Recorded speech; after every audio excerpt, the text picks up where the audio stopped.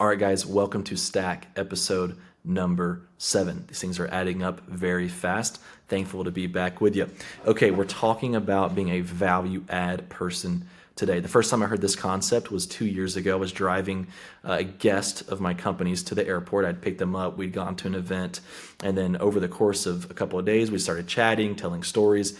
And he let me know that he was in the process of releasing a book. And I can't spoil the book for you. That wouldn't be right. But one thing he did leave me with is that he was writing this for young leaders. He was a very experienced entrepreneur. He's a very experienced executive leader, communicator, all things that I want to be. He was a family man. He was great at what he did. He had generational legacy and generational wealth. And so when I asked him, what would be your piece of advice to me? And he said, well, I'm actually writing a book about this.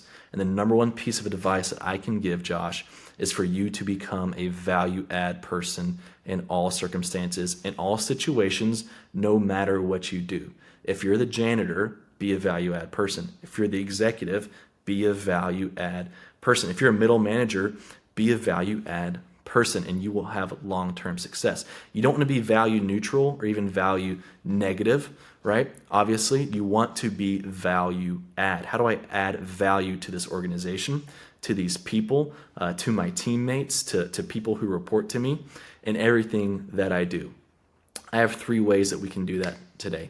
Number 1 is to be generous in giving with what you know, who you know, and what you have. If you have a skill set that you have mastery or expertise in, one of the best things you can do to be value add is to teach it or to mentor others in that skill set. If you have time or talent or treasure, whatever it is, it's to be generous with what you have to other people. That's one of the best ways to be a value add person, is to be generous with what you have. Number 2 is to be solution oriented. Man, I have an incredible team that I have trained to do this. Thank God. I had to learn it myself and pass this on. But it's the thought of not bringing problems, but bringing solutions. Doesn't mean the problem doesn't exist.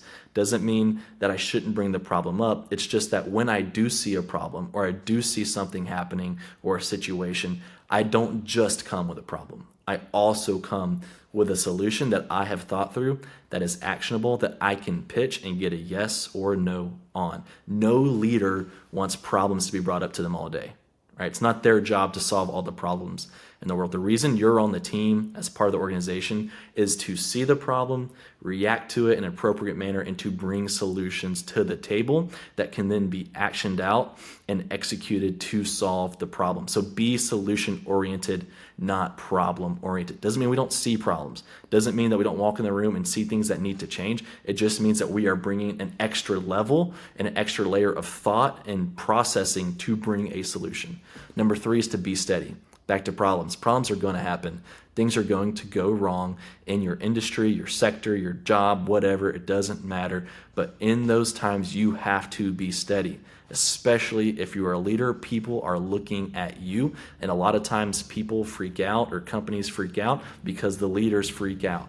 If you can be steady during a tribulation or a storm or something that's happening, you will be a value add person. A value add person will be successful in the long term. That's what this person was coaching me on and teaching me on. And so I'm so thankful to have learned that 2 years ago, been able to apply it. It's my goal to be value add in every single thing that I do, whether I'm the janitor or the executive or I'm on a Stack podcast. So thank you guys for joining me today. Hopefully this added value to your life. To recap, be generous, be solution oriented, and be steady. If you can be those things today, you will be a value add person and leader.